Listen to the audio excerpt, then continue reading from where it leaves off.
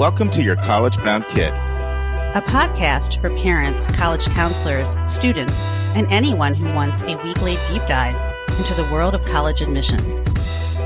My name is Linda, and I'm originally from Michigan, now living in the St. Louis metro area. I'm a college coach with School Match for You and have a daughter at University of Chicago. I'm Lisa, and I'm a clinical psychologist and college counselor. I have a daughter in college, a daughter in high school, and a son in middle school. After 30 years in Chicago, we recently moved to North Carolina. My name is Mark. I'm a college coach in Atlanta and the parent of two daughters. Karis, a graduate of Davidson College, and she is the founder of the Spanish tutoring company, SpanishHelpToday.com. And Joy is a graduate of the University of Georgia, and she is getting her master's degree at North Carolina State University. Good morning, friends. Episode 340, and what a big episode it is. Gargantuan, huge, humongous, big news from the Supreme Court on affirmative action. So we're calling an audible. Should have predicted this was coming. I said on the last episode that when we talked about the SCOTUS blog for the recommended resource, that the decision has to come out in the next couple of days. So we'll resume the conversation with Susan and Lisa answering the question about students with special needs. And the following week, I want to talk about another big court decision, student loan forgiveness. But I want to do a deep dive on affirmative action today.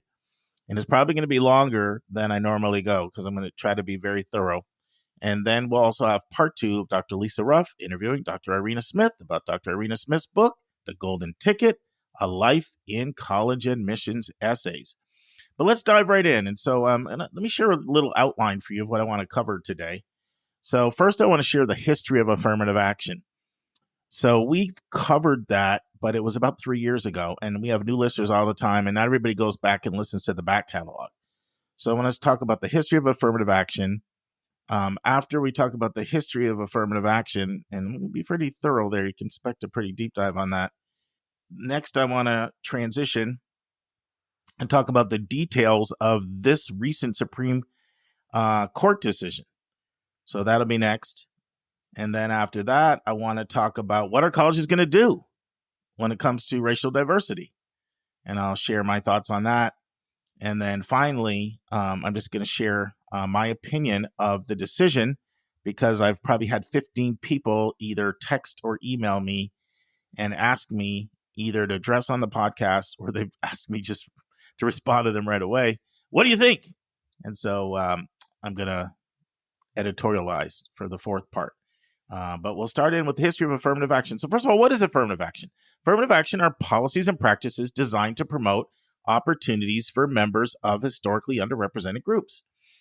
Now, technically, affirmative action started in 1961 under President John F. Kennedy when he signed an executive order that said that federal contractors should take, check this out, affirmative actions so that applicants are treated equally in regard to race, color, religion, sex, and national origin. A few years later, LBJ, Lyndon Baines Johnson, expanded on Kennedy's executive order, and he had his own executive order. And a famous quote that if you've studied LBJ or you studied U.S. history, it's a famous quote from him that goes like this: "You do not take a person who for years has been hobbled by chains and liberate him, bring him up to a starting line of a race and say you are free to compete with everyone else and believe you have been completely fair." That was a famous quote that LBJ said when he wrote out his executive order. So these programs have been used to achieve racial equality, and that's led into race-conscious admissions practices. Now, the first time the Supreme Court weighed in on affirmative action was in 1978 in the famous Bard-Mackie case. It's just referred to as the Regents of University of California versus Bard-Mackie in June and July of 78. And that was a little bit of a complex split decision there. So the Supreme Court ruled that the university's use of racial quotas in its admission process was unconstitutional. But a school could use affirmative action to accept more students of color, and that would be constitutional in some circumstance. So what was involved in that case? Well, Alan Bard-Mackie had applied to the medical school of University of California, Davis. Twice he'd been rejected.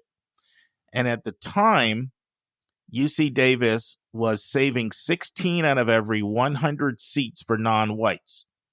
So that was a group that included Blacks, Chicanos, Asians, and American Indians. And this rigid admissions quota was administered by a special school committee. Bard-Mackie obviously was white, and he said he had higher MCAT scores and GPA than some of the students that were being admitted. So he sued. And in state court, Legion Medical School admission violated Title VI of the Civil Rights Act and the 14th Amendment's Equal Protection Clause.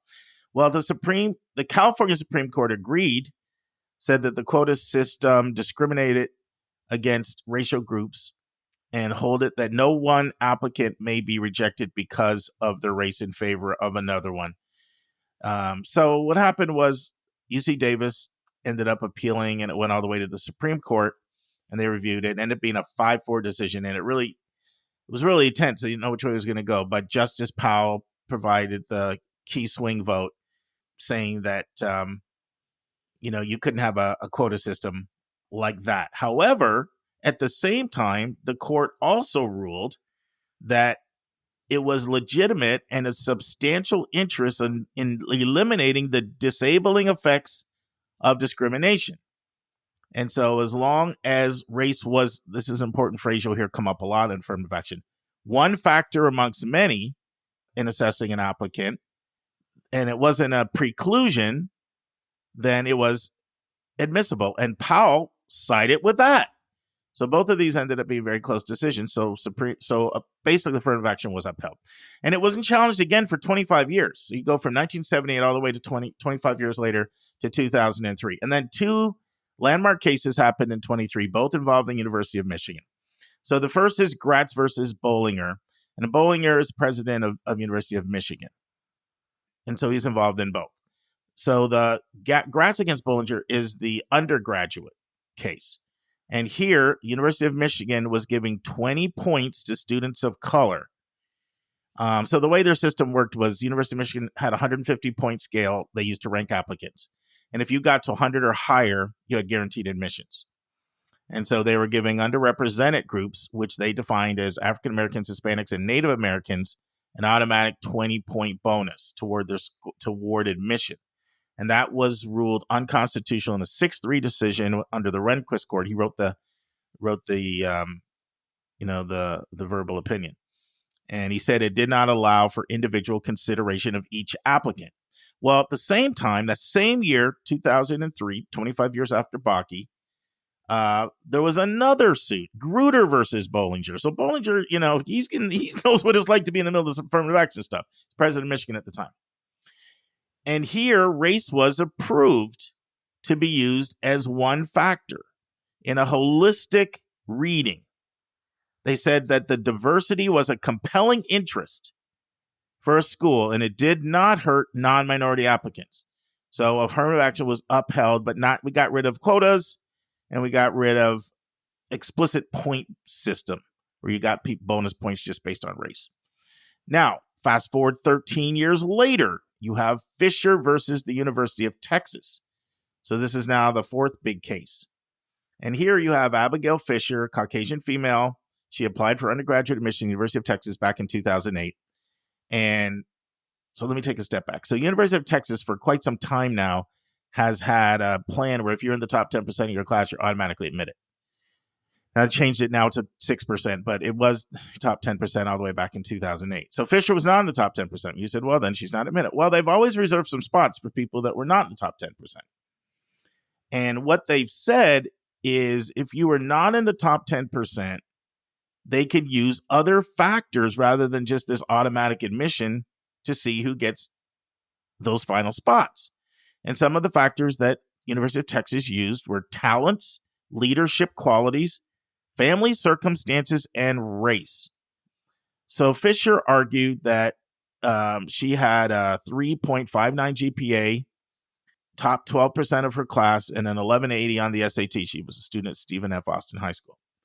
And she argued that her 1180 was higher than the 1120, which is the bottom 25th percent of test scores at that time. And things have changed because 1120 is not going to be the bottom 25% anymore. But such as life. That was a different era. So she filed a lawsuit claiming racial discrimination. And most people actually thought she was going to win the case. The university argued that its use of race was narrowly tailored means of pursuing greater diversity. So remember, the diversity argument won out. It won out in Grutter versus Bollinger in 2003 with Michigan Law School, and it won out again in a surprising 5-4 decision with Sandra Day O'Connor siding with the liberals and the progressives. So that was, the fifth case. And now the two big cases we're talking about now, big cases, were brought by a group called Students for Fair Admission, SFFA. So the Harvard case says that Asian applicants are being discriminated against at Harvard. And the same group, Students for Fair Admissions, also filed the same group that same day against Chapel Hill. And you have to know a little bit about who's behind these cases. It's really important. So it's Edward Bloom. Now, Edward Bloom was the architect of the Abigail Fisher lawsuit that started in 2008, but, didn't go to the Supreme Court till 2016. So he's been at it for a long time. He's a conservative activist. And you have to know this about him. He's been opposed to voting rights. He was the architect behind the Shelby case in Alabama that got voting rights completely dismantled from the Voting Rights Act. So he's been a kind of a champion against, racial inclusion or he would argue colorblindness. He made his money as a financier. He retired. He lives in Tallahassee, Florida. He's not a lawyer, interestingly enough, but he's spearheaded all of these cases and he's really made it his life's work. He's been consumed by it, arguing that if you're not 100% colorblind in everything, then you violate the 14th Amendment. And his other argument is if race helps some, then it hurts others.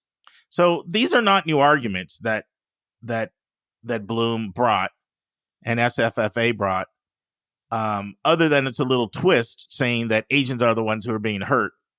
The thinking you could get more sympathy if you said it's a people of color group that's the one who's being discriminated against versus what he'd always done in the past, saying white people are losing out. Now, what's the difference? Well, the difference is Trump appointed 3 very conservative judges. And the other difference is, so now you have a different audience. It's all about the time. So the zeitgeist is different. So the Supreme Court took up the arguments.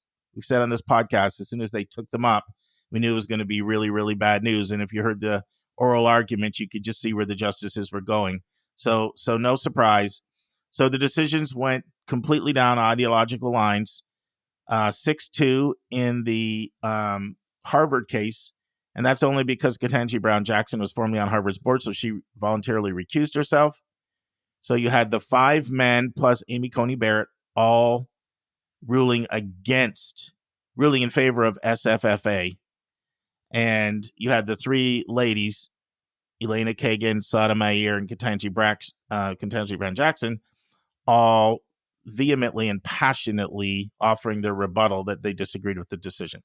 That was on the first case. And then the UNC Chapel Hill case, public school, Ketanji Brown Jackson could be on there. So once again, the 5 men and Amy Coney Barrett all, saying overturning race-based affirmative action. And then the 3 ladies, the same ones, Kagan Sotomayor and Ketanji Brown Jackson, all passionately objecting. Now, a little bit of background. Chief Justice Roberts has been a zealot on removing race out of college admissions all the way back since Bakke. He didn't like how Bakke was ruled in 1978. And he has rejected the argument that has carried the day both in Grutter versus Bollinger, 2003, and Abigail Fisher in 2008, that diversity was a compelling value that warranted the use of race as one factor amongst many. So here's what Roberts says, writing for the majority. He said that while Harvard and UNC offered a commendable set of goals to justify their admissions programs, their interests are elusive and insufficient measurable to meet the standards previously set forth. He goes on to say, because Harvard and UNC admissions programs lack sufficiently focused and measurable objectives warranting the use of race, unavoidably implying race in a negative manner, involving racial stereotyping, and lack meaningful endpoints, those admissions programs cannot be reconciled with the guarantees of the Equal Protection Clause in the 14th Amendment. Roberts wrote in rejection of Harvard's core legal arguments of the 2 federal court decisions for students for fair admissions and presidents and fellows of Harvard College. Now, this is important. There's a big caveat in the ruling that came out, and this is what it said. The court said that the decision does not forbid schools from considering students who discuss in their application how race has affected their life. But this is really important. But it warned admission officers against using personal essays to get around Thursday's decision, noting that when a student references an experience overcoming discrimination, for example, any benefit must be tied to the student's courage and determination, not to race alone. In other words, the justice wrote, the student must be treated based on his or own experiences as an individual, not on the basis of race. So you could argue, are they actually saying that, okay, we're just not going to give you credit because you checked a box. We need to see evidence of how your race has impacted your life and your experiences. That's certainly what that sounds like from that statement. However, if you listen to some other things that have come out of the mouths of the justices, it doesn't sound like what they're saying. So I'll say more about that in a second. All right, so third point, what are colleges going to do about this when it comes to racial diversity? Well, first thing is it's extremely confusing. On one hand, you can't check a box, and they're arguing for color blindness. But on the other hand, you heard that statement. I read it to you. I'll read it again. The court said the decision does not forbid schools from considering students who discuss in their application how race has affected their life. But then it's confusing because it warned against using essays to get around Thursday's decision. And like I said, Roberts has been a zealot on this. So he made it very clear that it's not acceptable to go out and look for proxies on the part of race and to indirectly try to target race. So right now, everybody's in a quandary. Everybody's consulting with their general counsel. What exactly does this mean? What exactly can we do? How can we move forward in light of what feels like mixed messages? So let me talk about some other things about the ruling. And in some ways, I'm going to answer more questions than I'm going to ask when it comes to how things are going to change. So I see three camps emerging, and some of this is conjecture and speculation on my part, but I don't think I'm going to be wrong. I think there's one camp that's just going to be 100% support in color blindness. They may have already agreed with the 10 states, Idaho recently joining the other 9, that had outlawed affirmative action on a statewide referendums. They might have already agreed with that. And so they're happy to enforce color blindness, end of story, without any real concerns for how this might impact the diversity of their student body. So I anticipate being a small percentage of schools, but that'll be a group. There's another who are going to be greatly pained by this decision, and I think they're going to be afraid to act upon that caveat or that exception, if you want to use that word, or that condition maybe is a better word. They're going to be so afraid of lawsuits, they're going to play it really safe, at least for a few years until maybe there's a lot of blowback from their constituencies. And so it's going to pain them greatly that some of the diversity initiatives are going to be completely curtailed, if not have to just cease altogether.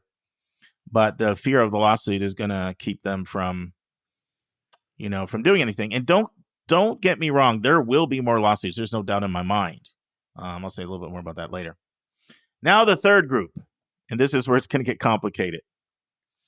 And by the way, I've probably had, I don't know how many, but I've had so many emails from colleges reaffirming their commitment to diversity since this ruling has come out. The third group's going to see an opening. And this is how I could see it going. Dave and I have been on the phone a lot lately and been explaining this to him. This group, it could go something like this. You show that statement about individual use of race to your admission officers, and you say, this is what the Supreme Court said. So you're allowed to factor that in. However, there will be no conversation about race in committee whatsoever. We'll conduct our conversations about applicants as if Ed Bloom is in the room with his tape recorder, about to fire a lawsuit at us. But you saw what they said. They did say this. And there's no doubt to me that group is going to be there. In fact, Dave sent me an article post-decision. You can look this up. It's entitled, Harvard Says It May Still Consider Race in Some Cases During the Admissions Process. Citing the Supreme Court's own words, background can be considered if they explain how it impacts their life. There's no question. Schools are so committed to the belief that a diverse education is the best education. And they don't like ultra-conservative Supreme Court nominees, ideologues telling them what to do, that they've opened it up. They've given schools that are really committed to this an incentive, and they're going to run through that. Or they've given a way of them still achieving some of their goals in a legal way. And so there's no question that's going to be utilized by some schools. Now, here's where I have more questions than I have answers. So in the statement, they said if a student says in an essay how it impacts their life, what if the admission officer learns from a counselor rec or a teacher rec or a counselor call or another way how personal circumstances impacted somebody's life? Is that legit? Next question. Are schools going to be inundated with essays on how my race impacted me? Are they going to be a nerd to it so it loses its impact? I mean, people are humans. They don't want to read the same essay over and over. Next, it's inevitable, and we talked about this for ever since the Supreme Court picked up the case. Almost every state that outlawed race-based affirmative action, they got rid of legacy. I'm already hearing it. Even someone as conservative as Tim Scott from South Carolina is now saying it's time now to look at legacy. So look for the dominoes to fall. And some of the schools got ahead of them. Amherst, MIT, Pomona, Caltech, Johns Hopkins. They got rid of legacy. Who's next? It's going to be very, very, very hard to defend legacy admissions. So my privilege is going to be a plus factor, but your adversity or your diversity does not count at all. I don't know how schools are going to be able to justify that and still talk about their commitment to equity and inclusion. So there's going to be tremendous pressure, but a lot of schools, especially private ones, are not going to want to give that legacy admissions. One, those are some of your biggest donors. And two, those students yield at a higher level. And a lot of times those families understand your culture. So, wow, that's what, keep your eye on legacy admissions because it's going to get really intense. Pressure coming at schools, who drops legacy admissions, but look for legacy admissions. Look for schools to start making statements that they're no longer in practice legacy admission, especially the most progressive schools. Next, is there going to be a war against niche sports that cost colleges lots of money, don't bring the community together? There's going to be a backlash there. You've already seen some schools like Dartmouth and Stanford drop some of those niche sports and make them club sports. But there's going to be an argument there. Why is the equestrian kid or the fencer or the person doing crew, why are they getting a spot? In fact, I encourage you to Google this article. It's a few years old, but it's very good. It's called College Sports Are Affirmative Action for Rich White Students in the Atlantic. It's a really good article. How aggressively are colleges going to target students of color in their recruitment? There was nothing explicitly prohibiting recruiting students of color, but at the same time, it was kind of implied because there's an argument for color blindness and race neutrality. How is that going to flesh itself out?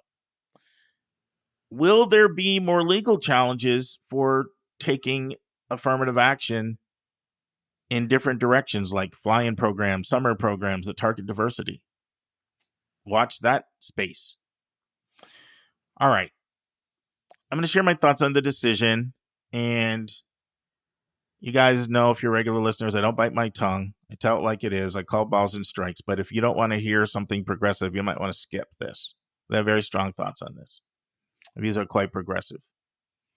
So I believe the decision by the Supreme Court and the rationale are balderdash, which is just a 50-cent word for nonsense. You know, I'll give you a few more choice words. Malarkey, twaddle, drivel, bunkum, gibberish.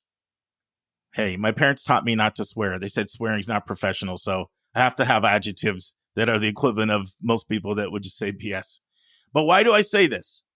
Well, first of all, Roberts argues for color blindness, and he did the same thing 10 years ago when he tried to gut the Voting Rights Act under the same thing, color blindness. But look what's happened since then. Extreme gerrymandering, closing of polls around where people of color are. getting rid of drop boxes, having like one drop box in all of Harris County, large Democratic enclave, lots of diversity, extreme voter suppression. So even if he was completely naive 10 years ago when he got at the Voting Rights Act about we're in a colorblind world, there's no way he can be naive about this now. There's no possible way. He has to have been enlightened by all the shenanigans. So he comes back with that again. So the myth of colorblindness, I'm going to say a little bit more about that later when I look at what those in dissent said, and they offered some vociferous opinions.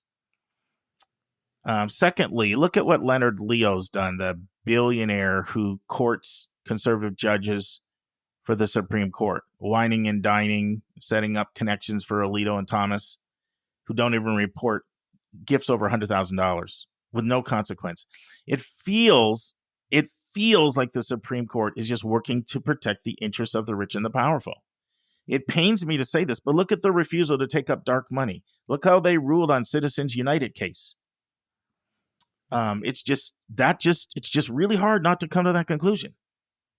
Now, a lot of people have been asking, and I've been asked this several times, at least 3 or 4.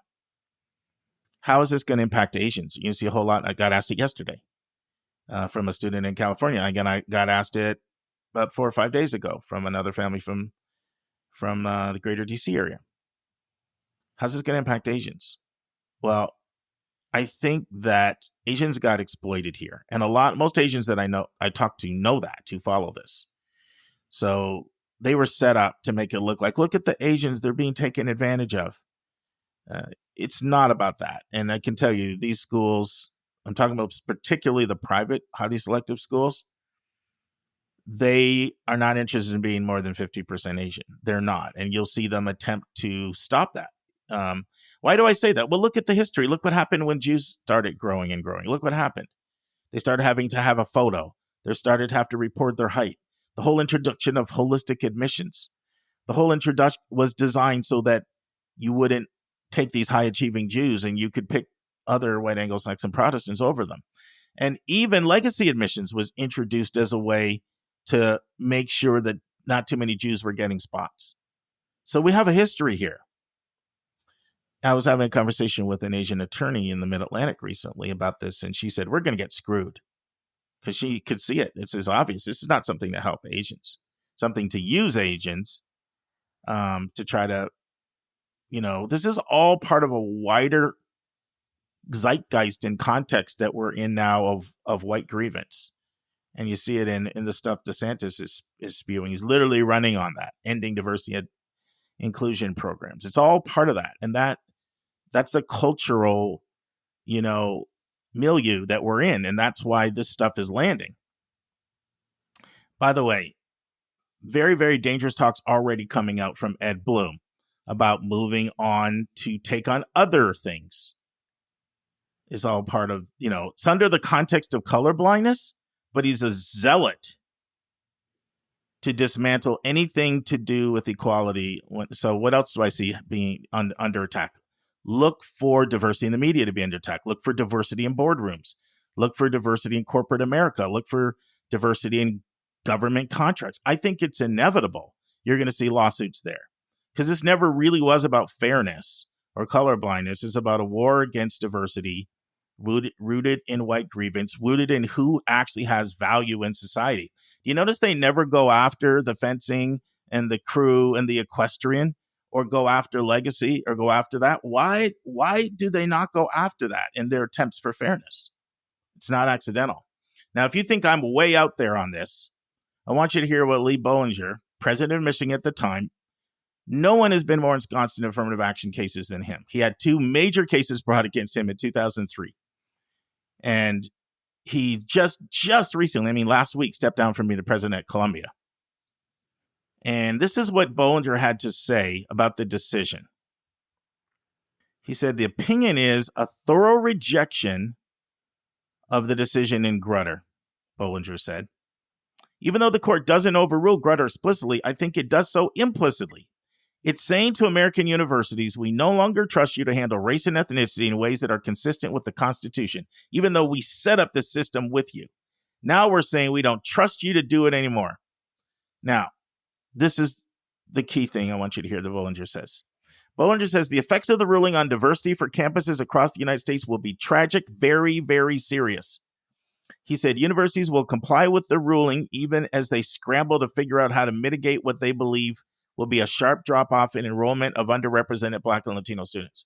And this is the most important thing I want you to hear from him, and maybe it will help to explain the passion that I'm trying to communicate with.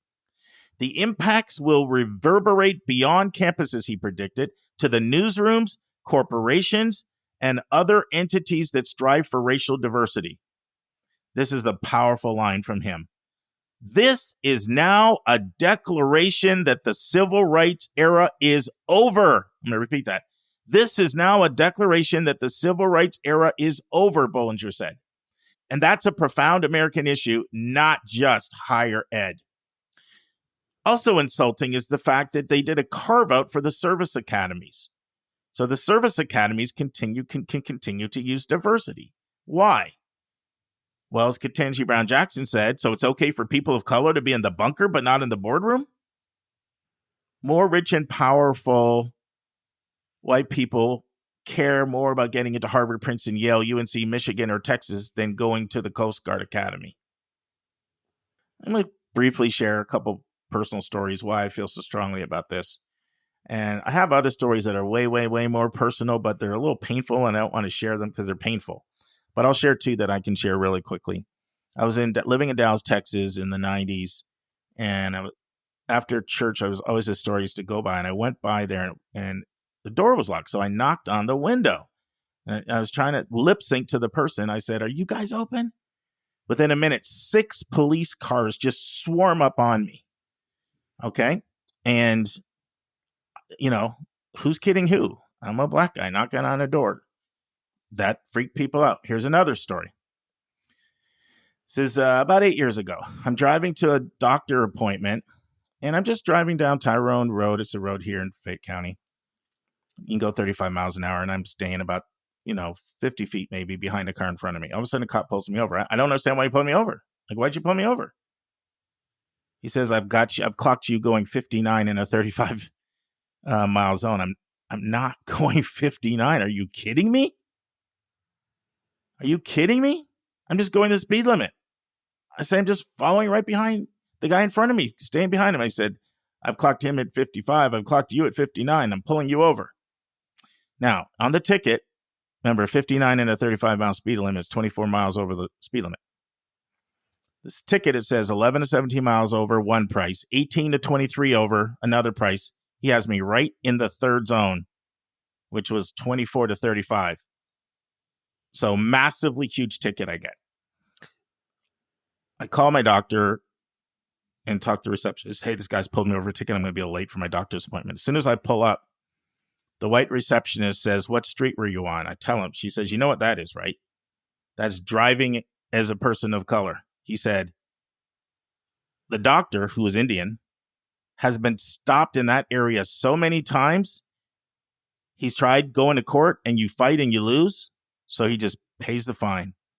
That's what happened to you, and that's what happened to him. Now, why do I bring that up? Listen, I'm not trying to complain. I've had a blessed life. I'm blessed in so many ways. There's ways where my race has helped me. I think when I got into my first boarding school job, I think they were looking for somebody who could help with multicultural recruitment, and I saw my skin color as being an asset with people identifying with me. I'm not trying to complain. I'm just saying we don't live in a colorblind society, okay? And for them to claim that we do is just ridiculous. The second point is they rejected the value of diversity, and I think that's just tragic. Let's take a look at this podcast. Our podcast is better because we have Vince from California giving us a West Coast perspective. Vince also identifies as somebody who's queer, so we get that perspective. Julia gives us the Northeast. She gives us a Latinx perspective. She's also still in her late 30s, so we get that perspective. Linda gives us a rural perspective outside of the one who lives the most in a rural community. Susan has read files at 3 different schools, been a director of college counseling for over 25 years. She gives that perspective. Kevin gives us an international perspective, having gotten his master's overseas and working exclusively with international students. Dave, both international, professional, attended the most well-resourced schools, but he also lives in the hood. Gorgeous house, but it's in the hood, so he has that perspective. Lisa has a perspective of a professional that also understands mental health because of what she's done. Our podcast is stronger because of our diversity. We have Los Angeles, Philadelphia, Raleigh, North Carolina, St. Louis, Atlanta, Boston, and all these different perspectives. And for the Supreme Court to say there's not a compelling value in diversity because you can't measure it, it's balderdash. And in a scorching 29-page dissent, Supreme Court Justice Ketanji Brown Jackson sharply criticized her conservative colleagues Thursday. In 29-page dissent, rejecting affirmative action and overturning more than 45 years of precedent, by the way. So this is what Ketanji Brown Jackson said, and I agree with every word. With let them eat cake obliviousness, today, the majority pulls the ripcord and announces color blindness for all by legal fiat. But deeming race irrelevant in law does not make it so in life. Jackson wrote in her dissenting opinion in Students for Fair Admission versus University of North Carolina. And then in her response to Chief Justice Roberts, who railed against UNC and Harvard for conducting programs that he said unavoidably employ race in a negative manner and involve racial stereotyping, but he carved out a notable exception for military schools. In the case of military academies, Roberts seemed convinced by an amicus brief submitted by military officials in 2022 that viewed race-based admissions as furthering compelling interests of our nation's military. So Roberts granted their request in a footnote, writing, "This opinion does not address the issue in light of potentially distinct entries of the military academies." So in making a carve-out for military academies, Ketanji Brown Jackson, joined by Elena Kagan and Sona Sotomayor, says this: "The court has come to rest on the bottom line conclusion that racial diversity in higher education is only worth potentially preserving insofar as it be needed to prepare Black Americans and other underrepresented students for success in the bunker and not in the boardroom. We have now entered into an era in which race is only a legally permissible college admissions factor within the context of military recruitment. Black people can be considered Black when schools are preparing them for war, just not to study, say, chemistry." Sotomayor was equally as passionate in her dissents with the following remarks: "The majority's vision of race neutrality will entrench racial segregation in higher education because racial inequality will persist so long as it's ignored," she wrote. So the final area that really grinds my gears about affirmative action discussion is to hear people talk about value as being completely defined by test scores and grades. Every time you hear this conversation, so-and-so would hire test scores and grades. When you hire someone to bring them into your company, do you only care about their test scores and grades when you're bringing somebody into a community? Since when does test scores and grades, are they the only metrics of a value of a university, especially in a residential community when you're living and learning together? Even as an academic metric, it's flawed. What about academic rigor? What about teacher comments? What about the school you're from? What about your curiosity and your creativity and your grade trends? That's just in the academic realm. What about your character? What about your personal qualities? What about your experiences? What about your perspectives? What about your optimism and your grit and your leadership? What about your integrity? What about your ability to bring people together? What about assembling people who are different so they can learn from each other? Relegating the totality of one's value to your test scores and grades is balderdash, twaddle, drivel, malarkey. So I got 2 episodes out of grinding my gears on that one, friends. All right, let's transition. So like I said, if you don't want to hear the progressive view, you should have skipped that. But I've asked my opinion about 15 times, and I don't bite my tongue. I'm always level with you guys. And now this week's interview with a special guest.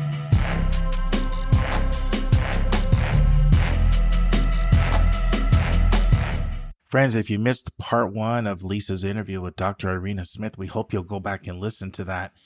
But now it's time for part 2. And in part 2, Dr. Irena Smith continues talking about the toil being obsessed about getting into a place like Stanford takes on so many students that have this aspiration. Lisa and Irena have a great conversation about why our society is so fixated on going to an elite college and not on their 3rd or 5th job or more long-range view. Irene also shares about how, as much as she tried to resist the Palo Alto pressure cooker culture, it ended up seeping into the pressure that her own son felt, and she shares a story of a discussion they had. Listen and enjoy. Well, and I think that the parents probably, if you're looking at these objectives of performance or what they think is going to get them admitted, they're not looking at the happiness of the child or, as you say, how much is their child sleeping? And I think the kids probably feel a bit out of control. You know, when we look at eating disorders in psychology, that's predominantly what we feel is an underlying cause, is the person is trying to assert control over the only thing that they have, which is their body. Yeah. And I think that's such a good point. And I think that the idea of being in control is something that is really, really integral to a lot of the students and the families that I work with. For many, many of them, their entire life, they have done the right things. They have worked hard and they have gotten the results that they expected. And applying to a highly rejective college is the first time in many of their lives that something didn't go the way they planned it, in spite of their doing all the right things. And so a lot of times after a student doesn't get in, I'll get questions like, what did we do wrong? Or, maybe they should have done whatever. And it's like, you could have done this 12 different times till next Tuesday, and you still wouldn't have gotten in.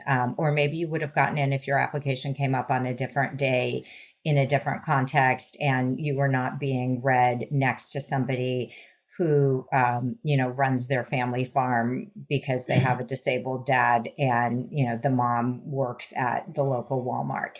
So that's not their fault. That's not their, it's not anything they can change, but that can be incredibly hard to swallow if for 4 years you've been working toward a goal and you've been being incrementally rewarded for studying and getting A's on tests, for submitting research papers and getting them published or getting them acknowledged, for training hard in your sport and finishing first. And then to have that not happen is really difficult for a lot of people. Yeah, I think that there's this idea that our society is a meritocracy. You just work hard and you'll pull yourself up by your bootstraps all the way up to the top. And I think we have a lot of evidence it's not quite like that. But for many of these families, this might be the first time that they have encountered that head on. Exactly. And I think it's also hard, and this is just an interesting angle on this. Many of the families I work with the students are the first generation to be born in the US, and the parents emigrated often from India or China or Taiwan or other Asian countries. And for them, it's particularly bewildering because the US application process is so subjective. You're supposed to write these essays that reveal the innermost depths of your soul, but not too innermost, just innermost enough. And I think that this really bewildering process of my child has all the grades, my child has all the scores, they have all the right extracurricular activities. How could it be that this is not being rewarded? Well, it's a numbers game. If you have 60,000 other people, most of whom also have the grades and the scores and the extracurricular activities, it's mathematically not possible for all of those students to be admitted into a much smaller class than the applicant pool. And so I think that makes it particularly fraught. And I can speak from my own experience being a child of Soviet emigre parents who came here when I was 9. And my parents never put it on me that, we came here for you. I think that their point was we came here so that all of us could have opportunities that we didn't have in the Soviet Union. But I think there's an underlying sense of we sacrificed, we left everything to come here, and then we worked hard and we got to wherever we got to, and now we should be rewarded further through our children. And then when that doesn't happen, or when it doesn't happen in the way that they imagined it would happen, it's a big setback. Right. And I think because coming to a different country, getting maybe a job, working hard in that job, getting promoted, that's sort of more in the achievable realm. Like getting into Stanford is just almost in the impossible realm. Exactly. And I think, I tell parents who don't believe me that going to a quote unquote brand name school may help with getting your first job, but it's not going to help with getting your second or your third. And at the end of the day, people who I think there's more truth that people who work hard get rewarded in their actual job, or they can work their way up. But if the goal is to get a meaningful job, if the goal is to learn things you didn't know before or to get an education, that is manifestly achievable. I mean, there are jobs, and there are over 3,000 colleges in the US and more, if you count in the UK and Canada and Australia, that are perfectly capable of helping students reach all kinds of goals. But if the goal is the college itself, then that's a much harder needle to thread. Yeah, and that's interesting that you bring that up.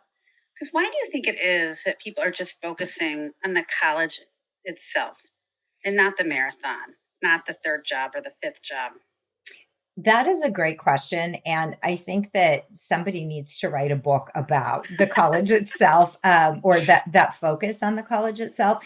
I think there are so many reasons that I am probably not equipped to discuss cogently. I think we'd need to get probably like a sociologist in here and, some other people who could talk from a cultural standpoint, why these colleges occupy such an outsized place in our collective imagination. And I think some of it is the optics. If you think about the colleges that are in everybody's imagination, everybody recognizes what a prestigious college looks like, right? It doesn't look like generally a 1960s brutalist building. It's an ivy covered institution. I mean, Stanford is limestone, so it's not quite the same limestone sandstone, but it's the idea is that it's this institution where if you walk through the doors, it will somehow transform you and gild you with fairy dust or something. And I think that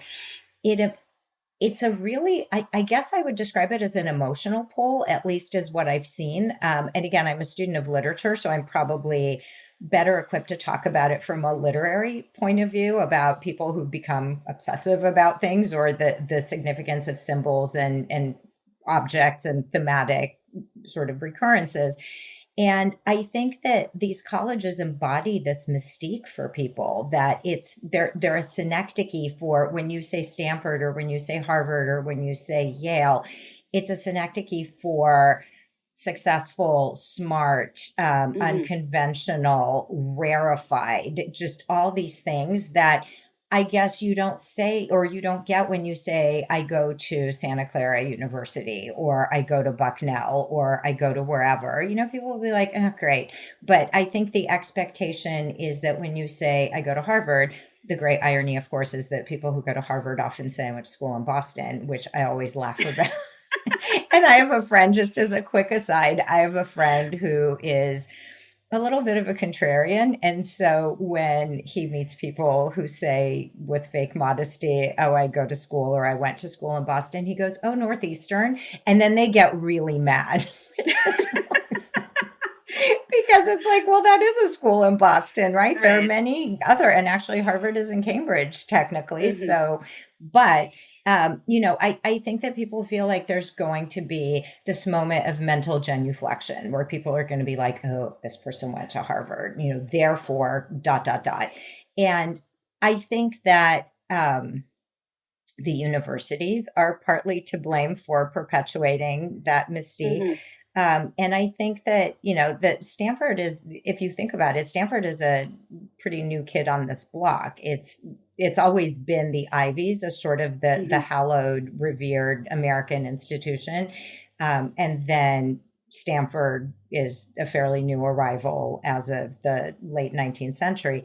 But I think somehow symbolically, there's this sense of these schools will confer greatness on me in a way that no other school will, in spite of the fact that that is patently not true, according to all kinds of research and also just anecdotal evidence that not everybody thrives at those schools, or not everybody great goes to those schools. Nobody knows who the Unabomber is anymore, but back in the day, I used know to who say, the Unabomber is. Okay, well, I used to say to parents, the Unabomber went to Harvard, and I imagine that does not get mentioned a lot in the Kaczynski family newsletters because he didn't use his knowledge for good. Right. Yeah, no, it seems like people look at it as kind of like a sign that they've made it. The parents look at it as like a sign that they're successful parents. Look, my kid's at Stanford. And for the kids, it feels like that's gonna be, as you say, the golden ticket to get them into all the great stuff for the rest of their life. Exactly. Yeah. And you mentioned the golden ticket, which is very appropriate. So one of the things that was really gratifying to me when I reread Charlie and the Chocolate Factory and sort of seeing the connections between what I write about in the book is that the golden ticket is not really that great for 4 of the 5 kids who end up getting into the chocolate factory, right? It's modest little Charlie Bucket who follows the rules and who has suffered and who is effectively supporting his entire family, who comes out unscathed. Everybody else who gets in, by hook or by crook, I should add, ends up not having a great experience in the chocolate factory. And the thing that I often think about, especially in terms of marathon, not sprint, is, okay, so say somebody gets into Stanford, they have hopefully a great undergraduate experience, and then they go on to a high-paying job, and then the cycle repeats, right? They become a stressed adult working potentially 40, 50, 60 hours a week because they're in a startup or they're doing whatever. And then they have children who now carry the weight of their Stanford legacy. And so we start that all over again with the next generation.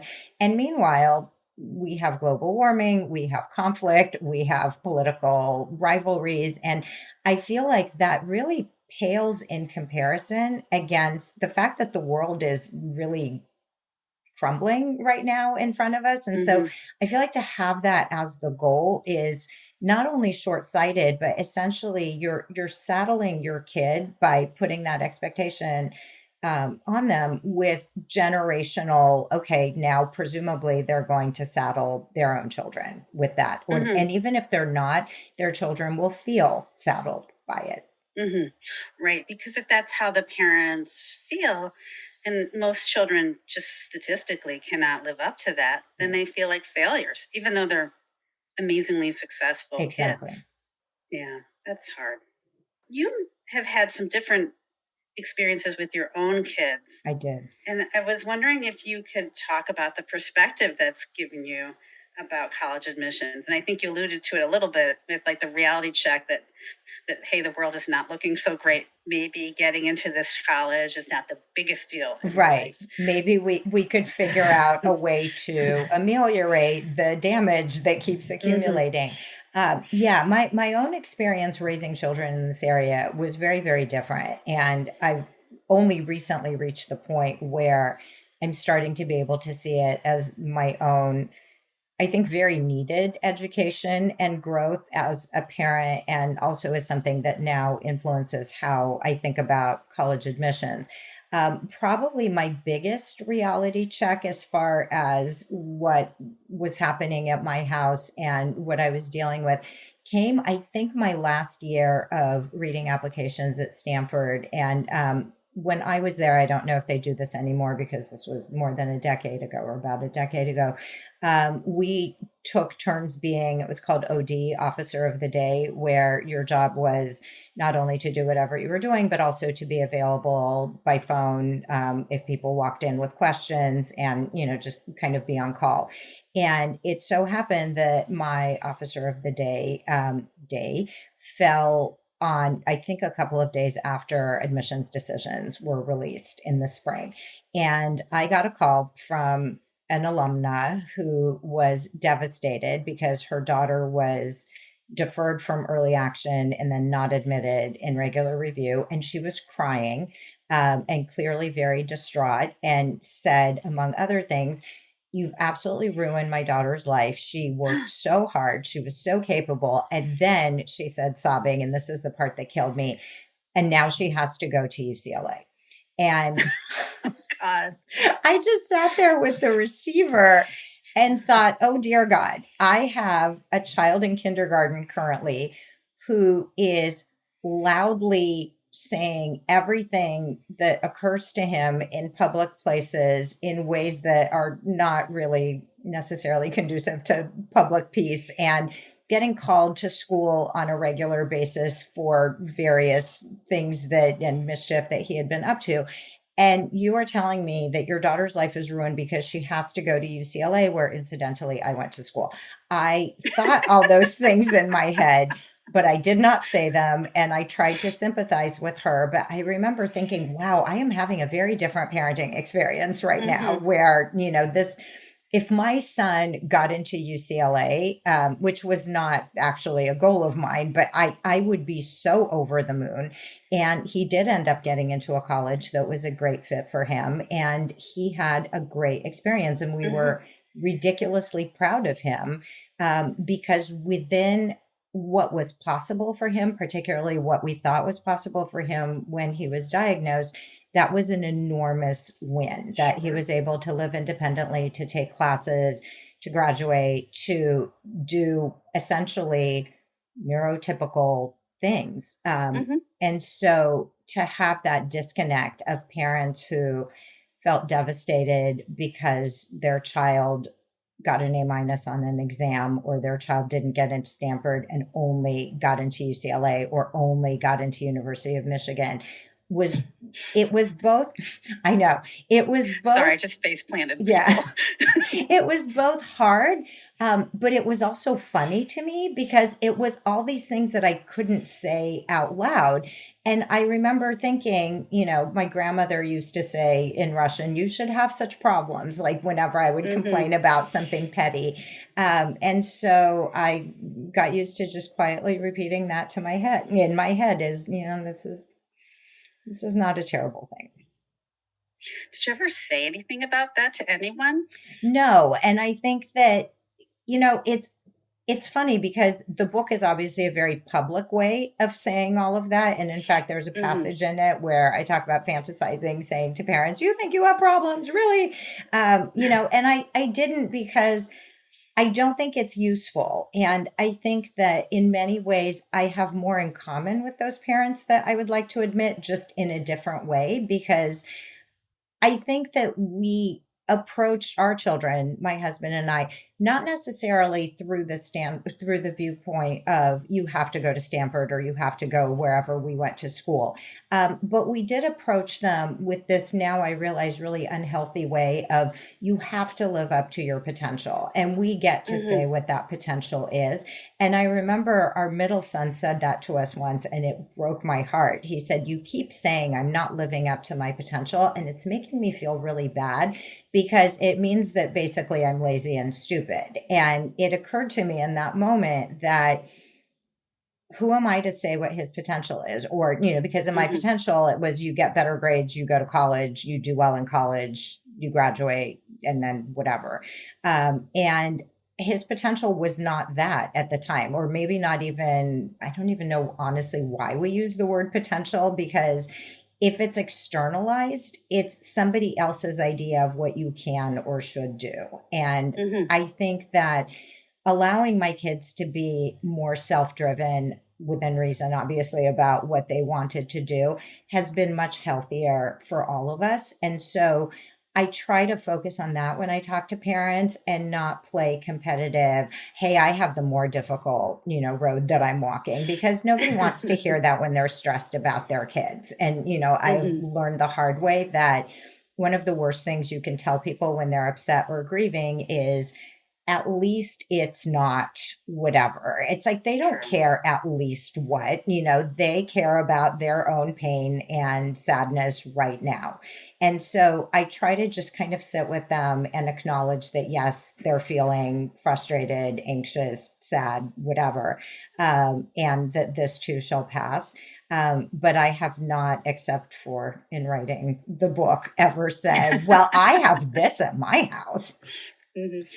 Yeah, but you bring up such an interesting point about how we as parents, and mostly unconsciously, impose our expectations on our kids.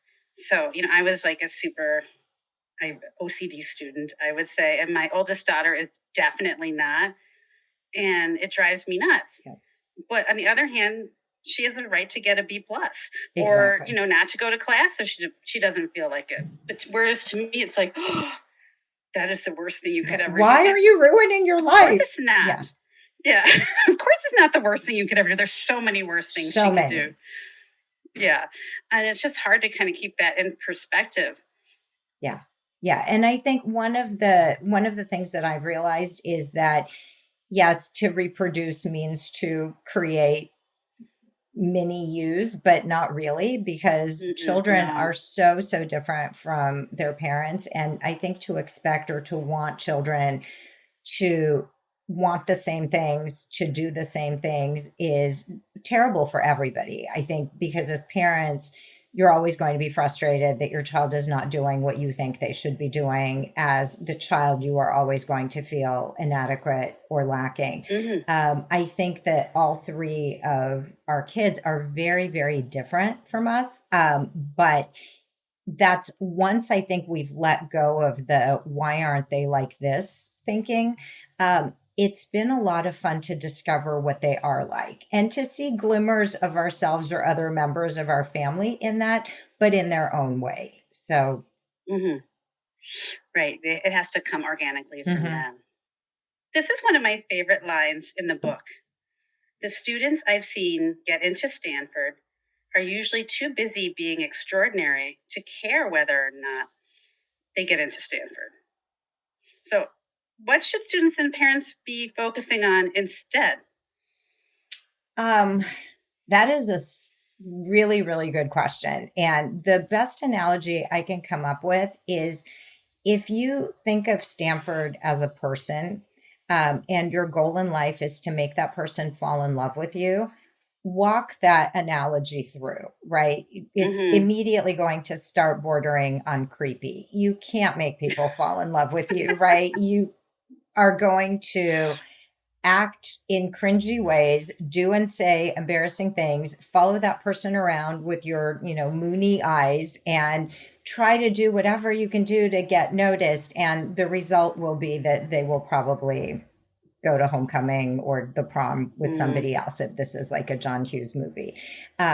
So if this is a John Hughes movie, the person who ends up getting the great relationship is usually like off in the corner being weird and doing their own thing and being authentic to themselves. And I think that this idea of authenticity, being the truest self you can be, like really thinking about what makes you happy, not what makes you happy so you can go to Stanford, not what should you do so you can go to Stanford, not lining everything up to meet that benchmark of, is this going to be good enough for Stanford? How about this? How about now? Again, I think it's a cringy but useful analogy. You can't make a person fall in love with you. You can only be your best self and know that the right person or college will notice you and roll out the red carpet, and you will live long and happily together, or at least for 4 years, or 5 if you're taking the longer, right, or forever if you go to graduate school. But I think the idea really is, think about what you want your life to be right now in this moment, not just only built of the building blocks of classes and internships and enrichment activities, but what are the things that would be fun for you? And not, what are the things that would be fun for you and how can we zhuzh them up so that they become application worthy? Because often the things that become application worthy are something that the student has done on their own for a long time because they're deeply interested in it, because it's something that's meaningful to them. Mm-hmm. So I would say, even though it sounds weird and you can't really cultivate authenticity, but cultivate authenticity and enjoy this time and enjoy each other and try to learn about yourself more than trying to learn about how to get into a highly rejective college that may not even be the right fit. Friends, this concludes the second part of Lisa's interview with Dr. Irena Smith. Hope you'll join us next week for the final part. Friends, on Thursday's episode, Matt Bonser, the Director of Admissions at Colorado College, and I continue our conversation about demonstrated interest and predictive modeling.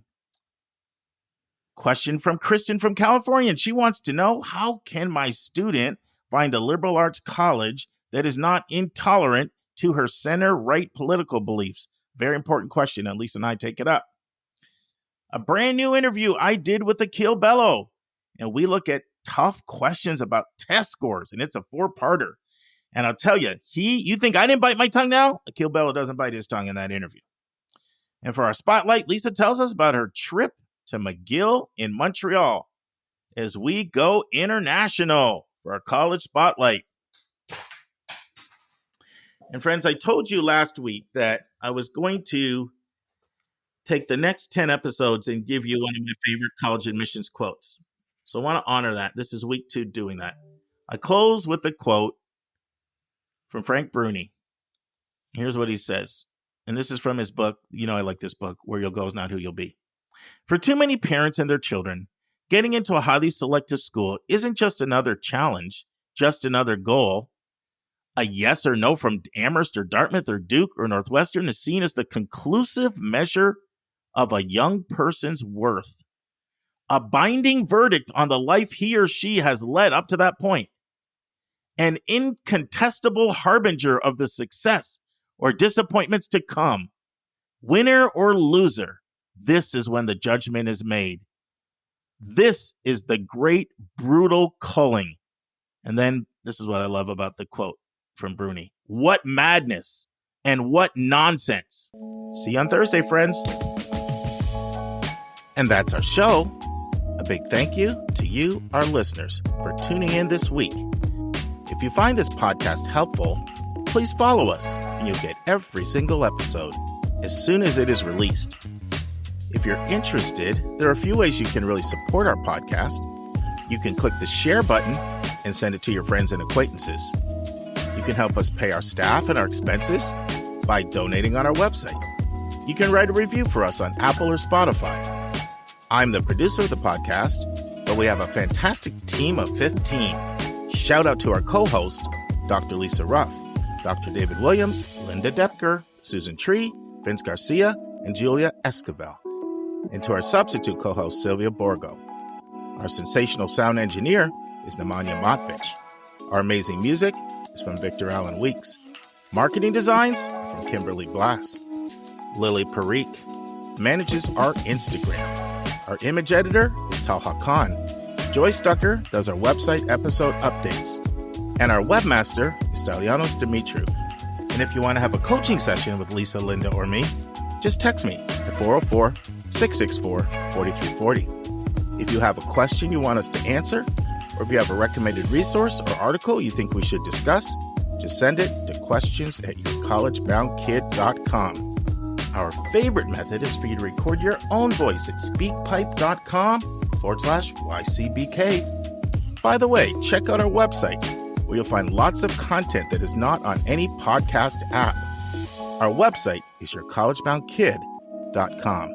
If you want to learn about other hot admissions topics, follow us on Twitter at YCBK Podcast. We think of you as our listening family, and we look forward to meeting again with you every single Monday and Thursday.